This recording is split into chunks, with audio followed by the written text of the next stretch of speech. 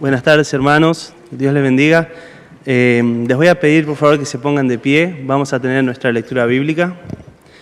Hoy vamos a leer Marcos 6, del 1 al 6. Marcos 6, del 1 al 6. Y vamos a hacerlo alternadamente como lo hacemos siempre. Y dice así: Salió Jesús de allí y vino a su tierra y le seguían sus discípulos. Y llegando el día de reposo, comenzó a enseñar en la sinagoga, y muchos oyéndole se admiraban y decían: ¿De dónde tiene estas cosas? ¿Y qué sabiduría es esta que le es dada? Y estos milagros que por sus manos son hechos. ¿No es este el carpintero, hijo de María, hermano de Jacob, de José, de Judas y de Simón? ¿No están también aquí con nosotros sus hermanas? Y se escandalizaban de él. Mas Jesús les decía: No hay profeta sin honra sino en su propia tierra, y entre sus parientes y en su casa.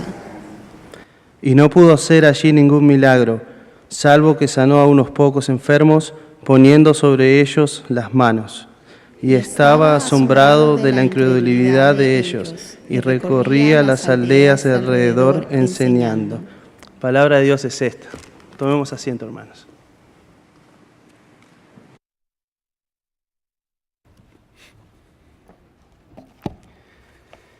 Gracias, hermanos, por la lectura de la palabra del Señor. Es una bendición poder leer de manera antifonal o alternada la palabra de Dios en la congregación. Y la verdad es que es la única parte que es inerrante en nuestro servicio. Es una parte que realmente es la palabra misma del Señor. Porque en el sermón lo que hacemos es explicamos la palabra del Señor lo mejor posible para que pueda llegar a los corazones. Pero quien habla y convence realmente es el Espíritu Santo. Y la Biblia leída es la misma palabra del Señor. ¡Qué bendición! Pues en este pasaje que estamos hablando, hemos leído en Marcos capítulo 6, versículo 1 al 6, vemos al Señor Jesucristo volviendo a Nazaret. Él ha nacido en Belén, pero se ha criado en Nazaret de Galilea. El Señor va a Nazaret, enseña en el día de reposo, causando admiración. Es identificado como el carpintero, el hijo de María. Escandalizándose de él, luego ve que es rechazado en su tierra y allá no hace milagros porque no crean en él y reacciona con asombro de su incredulidad. Hermanos, todos necesitan la palabra de sabiduría y salvación de las Escrituras, así como fe para salvación y para seguir al Señor Jesucristo. Vamos a orar. Padre, bendice tu palabra y háblanos otra vez con el Espíritu Santo de la promesa, Señor, en nuestros corazones. Y que tu palabra, Señor, inerrante, el día de hoy pueda, Señor, discernir nuestro corazón y podamos entender, Señor, que necesitamos de tu sabiduría y que el principio de la sabiduría, como dice Salomón, y escribió, es el temor de Jehová. El inicio de ser sabio es empezar a conocerte y eso es rendirse a ti y entregarte nuestras vidas. En el nombre de Jesús. Amén. El texto clave está en el versículo 2, dice: Y llegado el día de reposo, comenzó a enseñar en la sinagoga, y muchos oyéndole se admiraban y decían: ¿De dónde tiene estas cosas? ¿Y qué sabiduría es esta que le es dada? Y estos milagros que por sus manos son hechas. En Marcos capítulo 6, 1 al 6, como hemos leído, y en Mateo 13, 53 al 58, nos presenta la misma historia Mateo, cuando el Señor vuelve a Nazaret y después de haber hecho ministerio, aproximadamente, estudiando estos pasajes, se puede ver que el Señor estuvo haciendo ministerio como un año. Más antes fue a Nazaret, se presentó, y vamos a ver un poquito más después, y ahora está volviendo como de un año aproximadamente, otra vez a Nazaret. Más antes se había ido porque lo habían rechazado, pero ahora vuelve de un año y otra vez les rechazan. Existe otro pasaje en Lucas capítulo 4, 16-30, donde el Señor también va a Nazaret. Pero este es al inicio de su ministerio, donde es rechazado por ellos. El pasaje que ahora estamos tratando es el final de su gira de Galilea. El Señor les dio otra oportunidad a los nazarenos, a sus coetáneos, para que pudiesen escuchar las buenas nuevas de salvación. Pero ellos no escucharon sus palabras de sabiduría. Al contrario, los rechazaron con el argumento de que no podía ser cierto que alguien que creció entre ellos pudiese ser que esté hablando tanta sabiduría y haciendo tantos milagros. Ese era su argumento. ¿Cómo es posible que alguien que ha crecido entre nosotros, si este es el hijo del carpintero, ¿de dónde saca lo que está hablando? Con ese argumento les rechazaron al Señor a pesar de la evidencia, y eso vamos a ver, él presentó evidencia. Entonces en el versículo 1 dice, salió Jesús de allí y vino a su tierra, y le seguían sus discípulos, dice ahí. Salió de allí Jesús, vino a su tierra, es Nazaret de Galilea, y le seguían sus discípulos. El Señor pasó de Capernaum, donde él estaba, a su tierra, a Nazaret, donde él ha crecido, como dijimos antes. Marcos nos está registrando su segunda visita, casi después de un año, después de la primera visita, que nos presenta en Lucas capítulo 4, 16 al 30, y dice así, Lucas capítulo 4, la primera vez que el Señor va a Nazaret. Y vino a Nazaret, donde se había criado, y en el día de reposo entró en la sinagoga conforme a su costumbre, y se levantó a leer, y se le dio el libro del profeta Isaías, y habiendo abierto el libro, halló el lugar donde estaba escrito, el Espíritu del Señor está sobre mí, por cuanto me ha ungido para dar buenas nuevas a los pobres, me ha enviado para sanar a los quebrantados de corazón, a pregonar libertad a los cautivos, y vista a los ciegos, a poner en libertad a los oprimidos, a predicar el año agradable del Señor. Y enrollando el libro, lo dio al ministro, y se sentó, y los ojos de todos en la sinagoga estaban fijos en él. Y comenzó a decirles, hoy se ha cumplido esta escritura delante de vosotros. Y todos daban buen testimonio de él y estaban maravillados de las palabras de gracia que salían de su boca, y decían, ¿no es este el hijo de José? Y él les dijo, sin duda me diréis, este es Efrán, médico, cúrate a ti mismo. De tantas cosas que hemos oído que se han hecho en Capernaum, haz también aquí en tu tierra. Y añadió, de cierto os digo, que ningún profeta es acepto en su tierra. Y en verdad os digo que muchas viudas había en Israel en los días de Elías, cuando el cielo fue cerrado por 3 años y 6 meses, y hubo un gran hambre en toda la tierra, pero en ninguna de ellas fue enviado Elías, sino a una mujer viuda en Sarepta de Sidón. Y muchos leprosos había en Israel en el tiempo del profeta Eliseo, pero ninguno de ellos fue limpiado, sino Naamán el sirio. Al oír estas cosas, todos en la sinagoga se llenaron de ira, y levantándose le echaron fuera de la ciudad, y le llevaron hasta la cumbre del monte sobre el cual estaba edificada la ciudad de ellos, para despeñarle, mas él pasó en medio de ellos y se fue. Eso aconteció en su primera visita a Nazaret. Los rechazaron, a pesar de que él afirmó y les dijo, esta escritura se ha cumplido delante de vosotros. Ahora volvía a darles la segunda oportunidad, volviendo a su tierra aproximadamente después de un año, como el Mesías prometido, como el Salvador del mundo. Ya había hecho muchos milagros, había sanado a muchas personas como evidencia de lo que él estaba diciendo. Entonces sus discípulos, dice, estaban con él. Y eso es lo que hacen los discípulos, andan con su maestro. Y esto es lo que podemos decirnos a nosotros también. Si nosotros nos consideramos discípulos del Señor Jesucristo, andamos con Él. ¿Y eso qué significa? Andamos en sus enseñanzas. Si decimos que somos cristianos, andamos en las enseñanzas del Señor, andamos con el Maestro en todo lo que hace. No nos separamos al salir de este servicio y empezamos a hacer como nosotros pensamos. Eso es lo que frecuentemente encuentro en la vida de las personas que a veces dicen que son creyentes. Son creyentes hasta que empezamos a hablar de la Biblia, pero cuando ya empiezan sus actividades normales, no aplican la Biblia absolutamente en nada en sus vidas. Así como recomendaba a los niños. Es una recomendación que yo aprendí cuando tenía 8 años. De que no es suficiente conocer de la Biblia y hablar de cosas de la Biblia solamente cuando estamos entre nosotros, sino que la sabiduría es poder aplicar la palabra de Dios en cada momento de nuestra vida, 24 horas al día y 7 días a la semana y 365 días del año. O sea, no hay forma, no hay ocasión en la cual nosotros no podamos actuar bíblicamente. Ese es el asunto. Y esto hacían los discípulos, y fueron, dice, sus discípulos con él, la segunda vez. Entonces eso nos enseña a nosotros también, hermanos, la palabra del Señor. No hay cosa que nosotros debamos hacer separados de la palabra del Señor. O sea, no hay, pues, esta es mi manera, no hay. La única manera es Cristo para nosotros. Así como Pablo decía, para mí el vivir es Cristo y el morir es ganar. ¿Cómo dicen amén?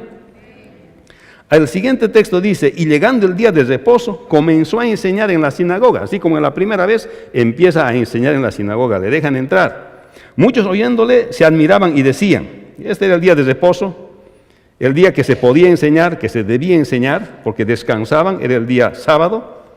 Y él lo hace en la sinagoga, y esto causaba admiración, especialmente si proviene de alguien al cual han visto crecer, y no parece que creció diferente a ellos. Parece que el Señor Jesús no se veía tan diferente a ellos. No era una cosa una personalidad que deslumbraba. Parece que no era una presencia que deslumbraba.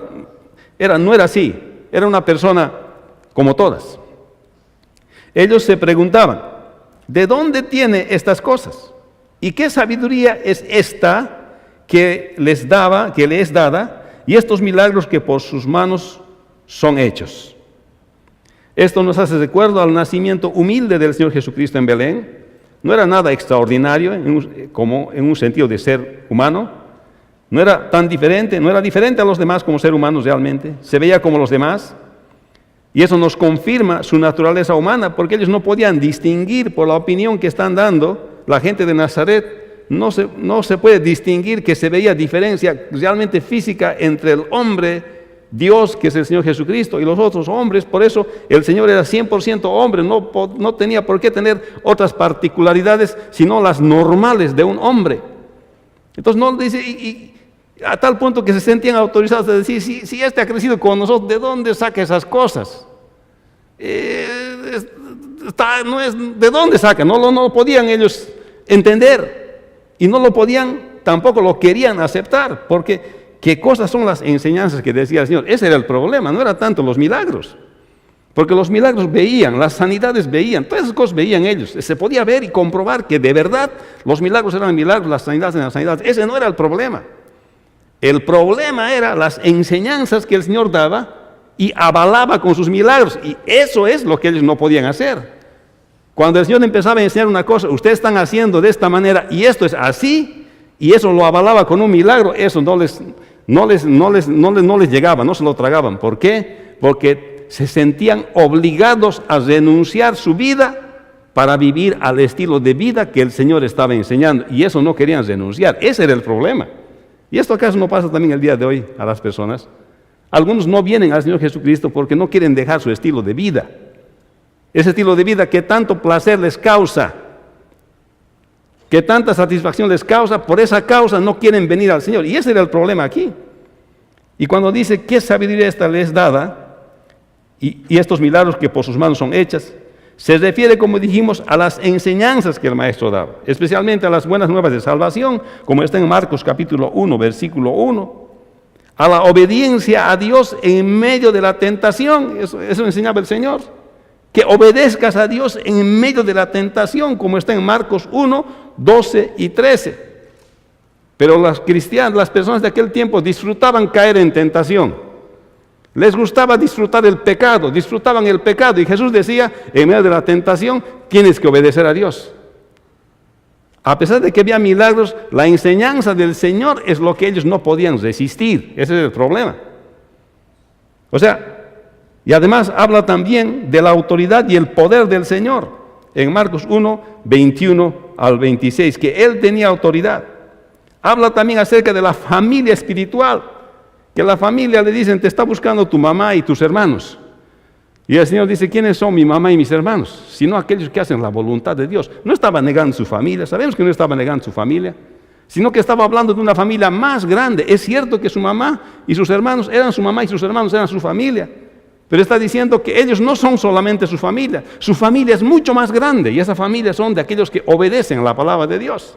Y sobre eso hacía milagros y hacía sanidades y hacía cosas, estaba avalando su mensaje. ¿Eso qué quería decir? Que lo que estaba afirmando el Señor Jesús era verdad. Y aquellos que querían entrar a la familia del Señor Jesús debían tomar su cruz cada día, negarse a sí mismos y seguir al Señor. Eso ya no les gustaba.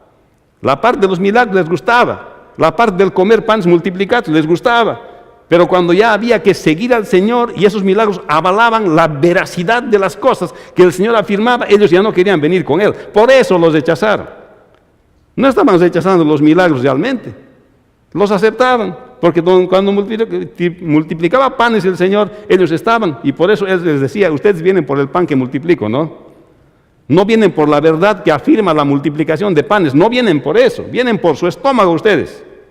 Por eso vienen, dijo el Señor. Hermanos, esto es el rechazo del Señor. Dice, y hay otros milagros y hay otras enseñanzas que no están en Marcos, pero están como en Mateo capítulo 5, versículo 7, el sermón de la montaña. Si alguno quiere ser buen cristiano, lea Mateo 5 al 7 y practíquelo. Eso nomás es, practíquelo. Mateo 5 al 7, practíquelo. Pero, pastor, eso es bien difícil. Justamente ese era el problema de la gente de Nazaret. Dice, eso yo no hago, demasiado pide este maestro. No, me voy nomás donde los fáciles, donde los que no me dicen tan difícil, donde no tengo que dejar todo mi estilo de vida, ahí me voy. Mateo 5 al 7, el sermón de la montaña. Posteriormente, Santiago, su hermano, en el libro de Santiago, interpreta del capítulo 5 al capítulo 7 de Mateo y amplía cómo es ser cristiano, cómo se vive la fe practicando la fe, no solamente sabiendo la fe, sino practicando la fe. Y luego lo avala también Judas, el otro hermano del Señor. Estos versículos siguientes muestran la familiaridad que tenían con el Señor Jesucristo.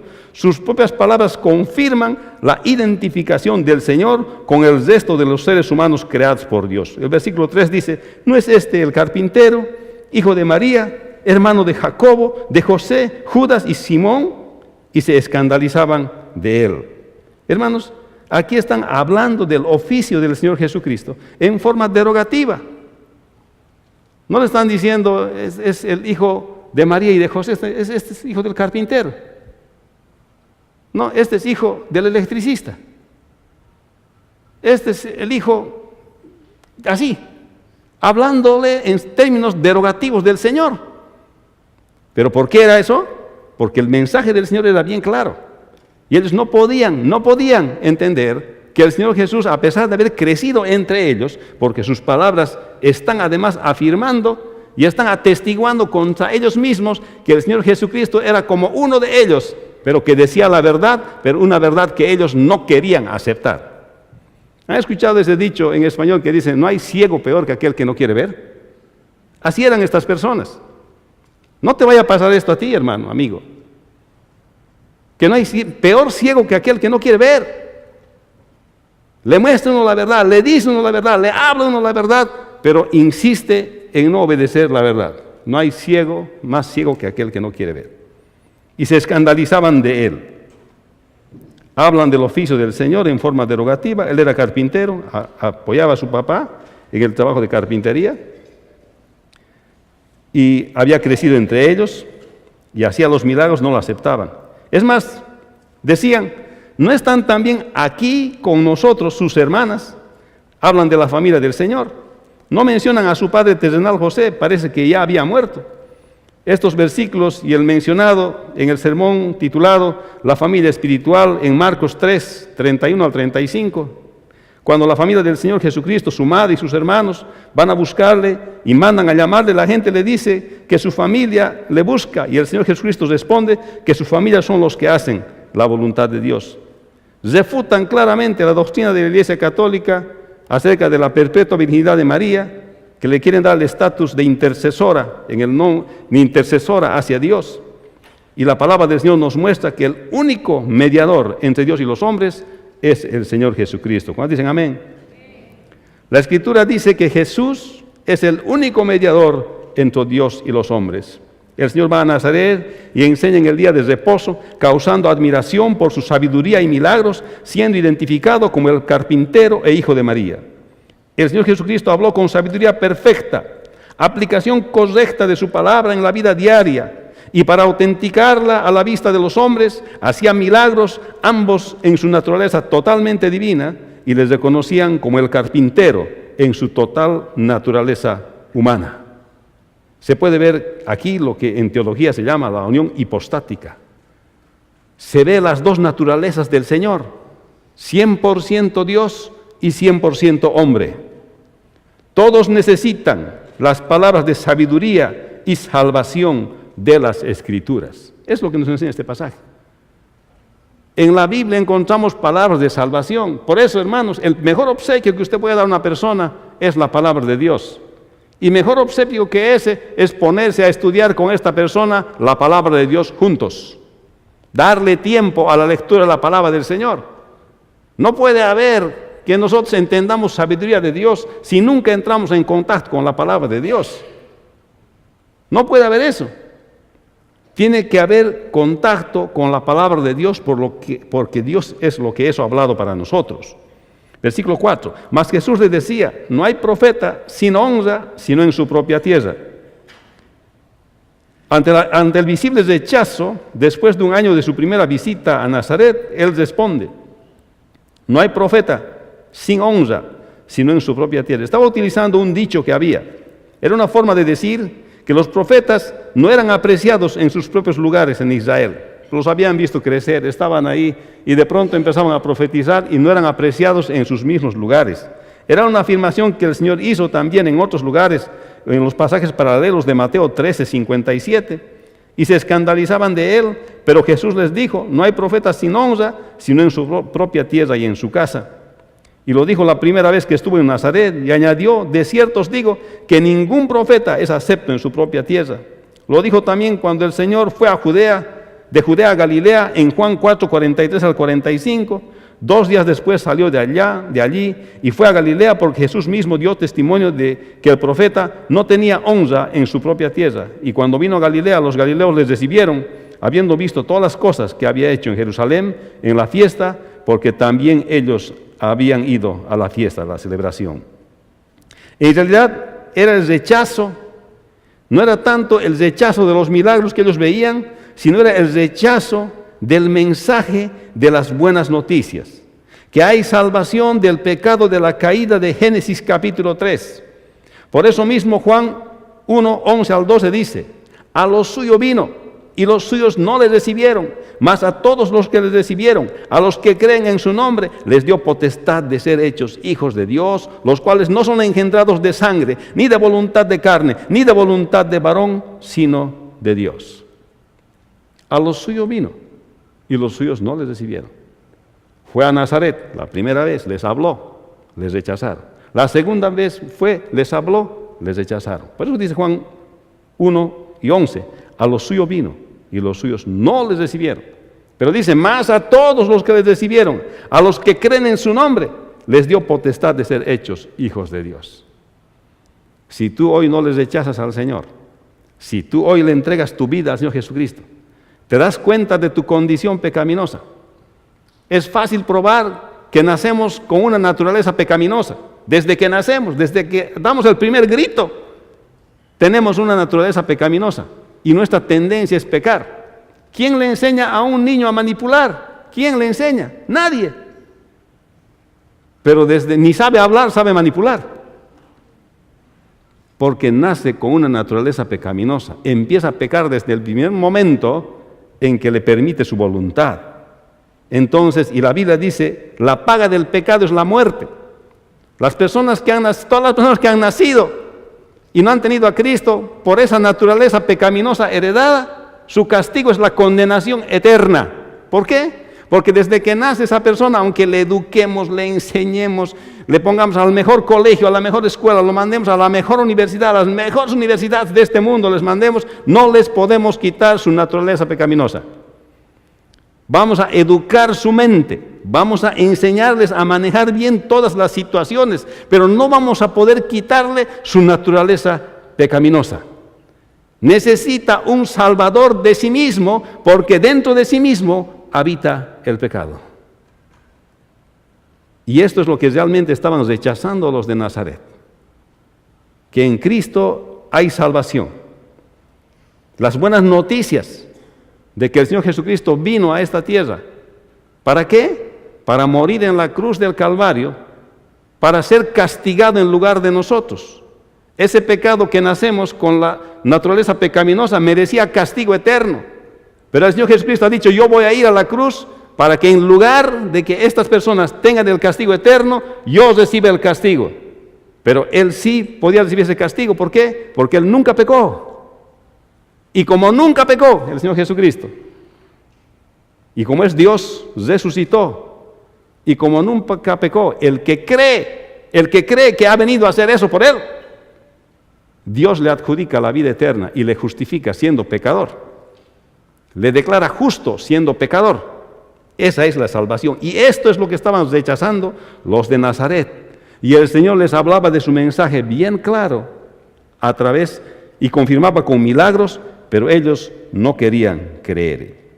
Ellos no querían escuchar las buenas noticias para su salvación, pues no querían dejar su modo de vida, de la que hablamos más antes. No solo era creer en los milagros y prodigios que él hacía, sino el mensaje que estos milagros afirmaban.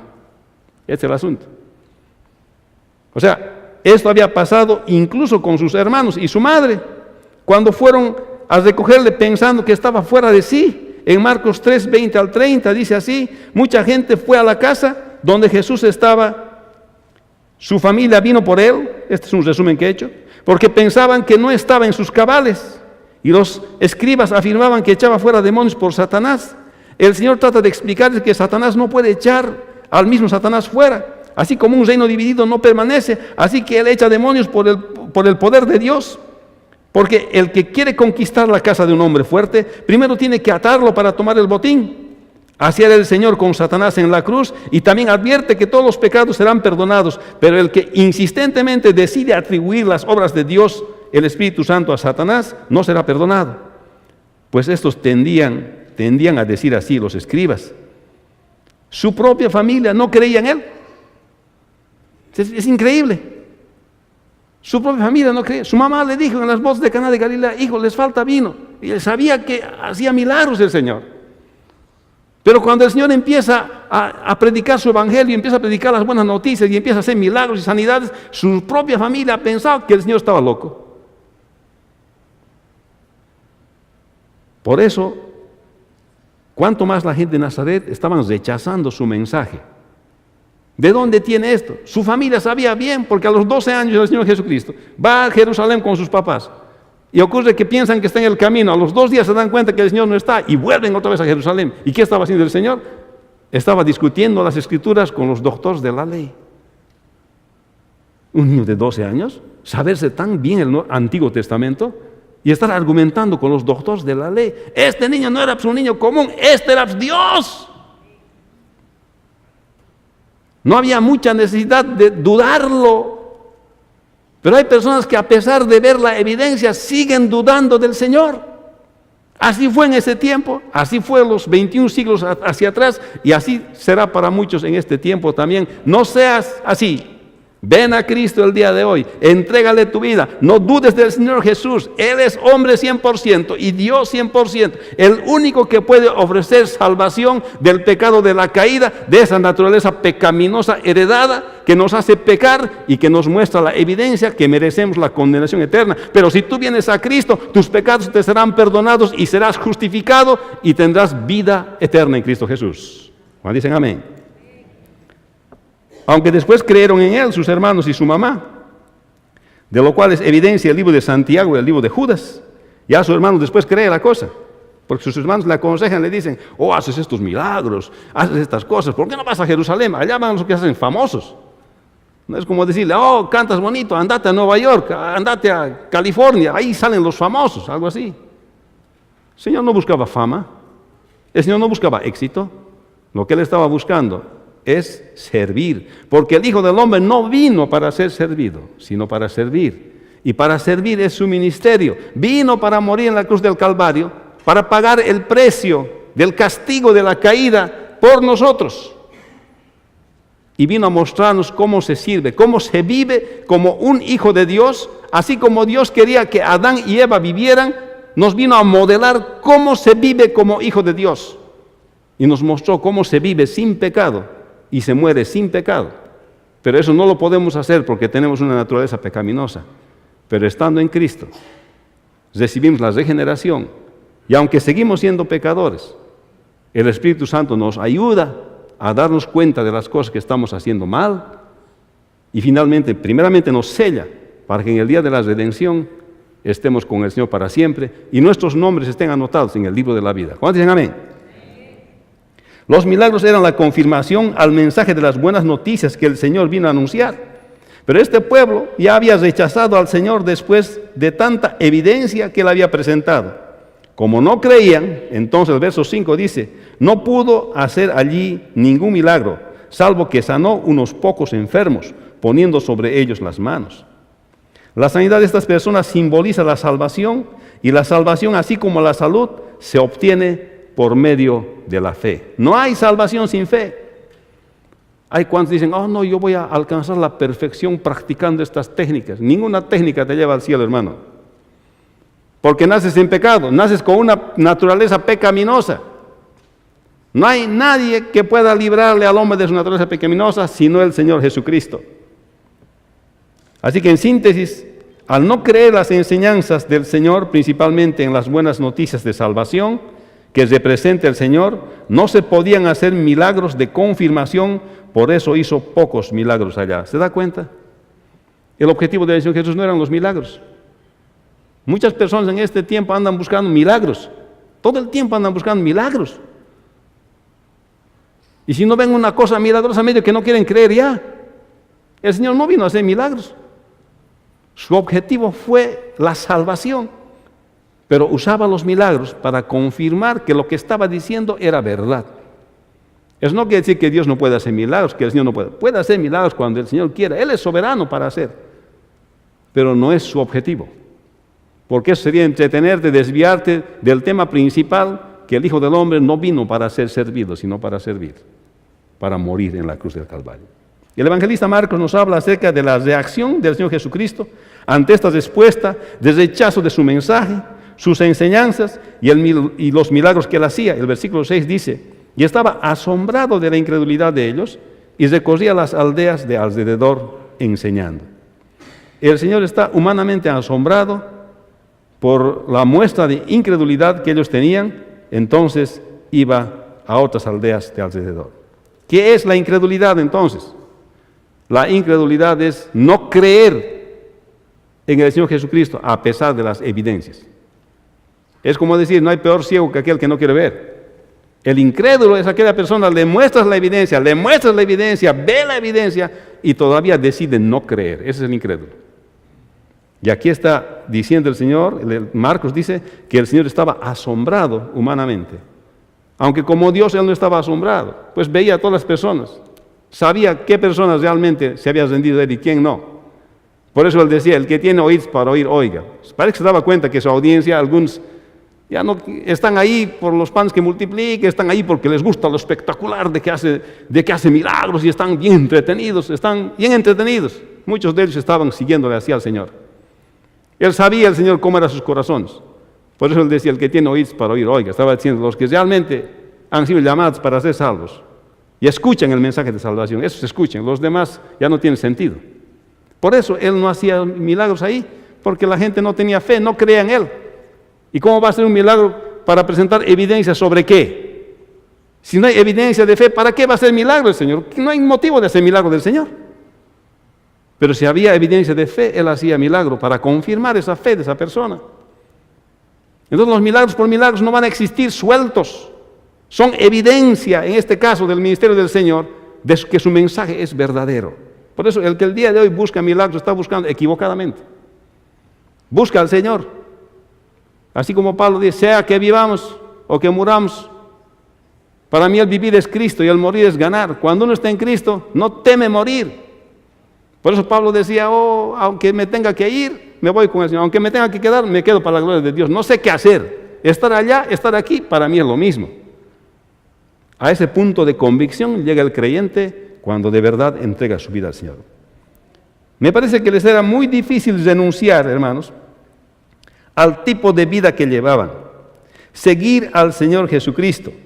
Y eso sucede también con muchas personas el día de hoy. Aunque saben que el Evangelio es la verdad para su salvación, no quieren seguir al Señor, obedecerle, pues no quieren dejar su estilo, su modo de vida para seguir al Señor. Yo creo que el Señor con su palabra, con su enseñanza, les ponía en una encrucijada, donde tenían que decidir, ¿dejas todo y sigues al Maestro o no dejas nada y los rechazas? Y ellos decidieron rechazarlo al Señor. ¿Por qué? Porque no eran capaces de renunciar al estilo de vida al cual estaban acostumbrados. Y las evidencias eran flagrantes, eran suficientes de que Jesús es Dios. Pero el amor a este mundo, el amor al pecado, era más. Porque dice la palabra, y el Señor Jesús dijo, ellos amaron más las tinieblas que la luz. Hermanos y amigos, ¿qué es lo que usted está amando más? Ante la evidencia de que Jesús es la verdad, ¿qué es aquello que le agarra? ¿Qué es aquello que le detiene? ¿Qué es aquello a lo que usted no quiere renunciar? Fíjese, frente a usted está la salvación eterna, el estar para siempre con el Señor.